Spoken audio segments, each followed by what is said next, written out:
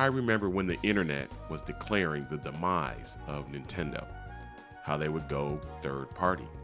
They were coming off the failed Wii U, and people felt the lightning in the bottle they had with the Wii would not strike twice and never strike again. Nintendo's destiny was to become the new Sega and make games for everyone else. How times have changed. Nintendo is now the only game maker still pushing their hardware, while Sony and Microsoft have left their consoles behind to ride the PC as third-party publishers of games. Nintendo made them do it, as Nintendo has gobbled up all the console market share with the Switch.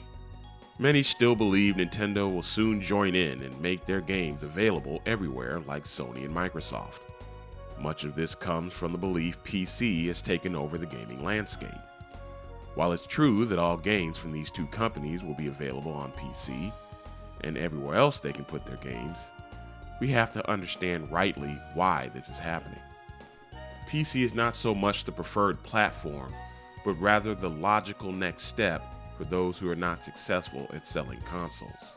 Microsoft and Sony are going the third-party route simply because they have to. Nintendo does what everyone else can't. They sell both hardware and software at record numbers. Sony and Microsoft's strategy has always been to sell the hardware at a loss and make up the difference in software sales. Not selling hardware means no one is buying the software for your system. Being at the middle of your console's lifespan at 70 million looks good on paper, until you realize the hardware is being sold at razor-thin margins and no one is buying any games. Sony and Microsoft don't want PC, they need PC. Nintendo does not. In fact, what Sony and Microsoft want is Nintendo. All these games on PlayStation and Xbox would be on Nintendo systems if it wasn't outdated hardware. Instead, they'll be on PC, not because it's their first choice, but because it's their only choice. Consoles are indeed finished, and the pushing of console gaming has been abandoned by everyone but Nintendo. Why did everyone ditch consoles? Why is Nintendo the only one remaining? And how long will they remain when the video game industry is clearly going in a different direction? I've heard people say, if the only reason someone buys your console is because of exclusive games, your console sucks. As valid as this point might be, it is tremendously immaterial. The argument is PC is a better platform because it can sell without exclusives. So what? Nintendo can sell with exclusives, something neither Sony nor Microsoft have been able to do, which is why they're third party looking to be carried by PC. Why has Sony not been able to get anything going with the PS5? Why has Microsoft never been able to move their hardware with the exception of the 360?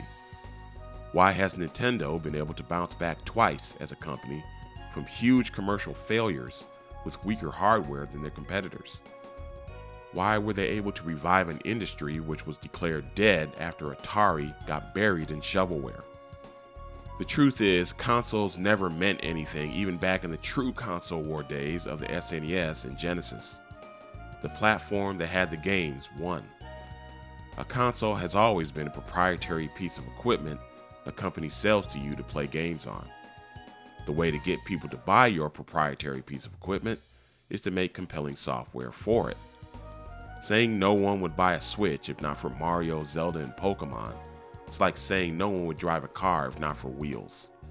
I would agree with everyone who is saying exclusivity is dead, except for the fact Nintendo has utilized exclusivity not only to put them at the top of the industry, but to effectively force their competition to go the third-party route. What if I told you PC is also using exclusivity to make headway in the video game space? Just like Nintendo, they're offering a gaming experience you can't get anywhere else. Nintendo's exclusivity is you can only play Mario, Zelda, and Pokemon on their system. PC's exclusivity is you get the best graphics and customization options if you play on PC.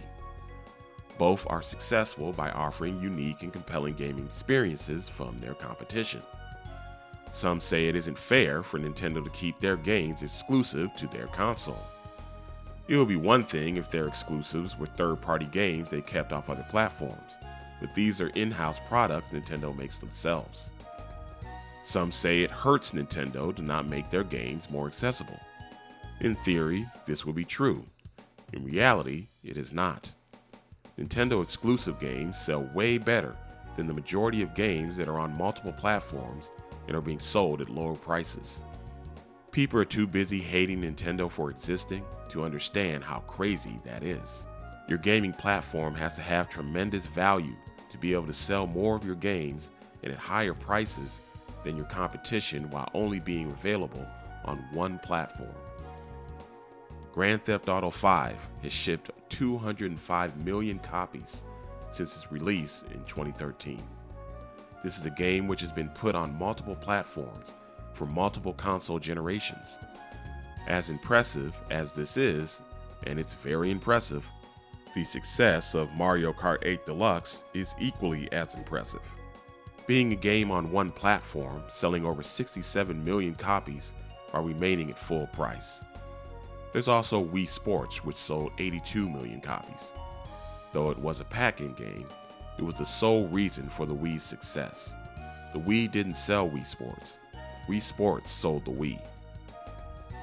Why would Nintendo throw away the money they make with their platform and selling their hardware at margins, having a platform competitors are willing to pay Nintendo to put their games on, so they can put their games everywhere when they sell just as well on their own platform?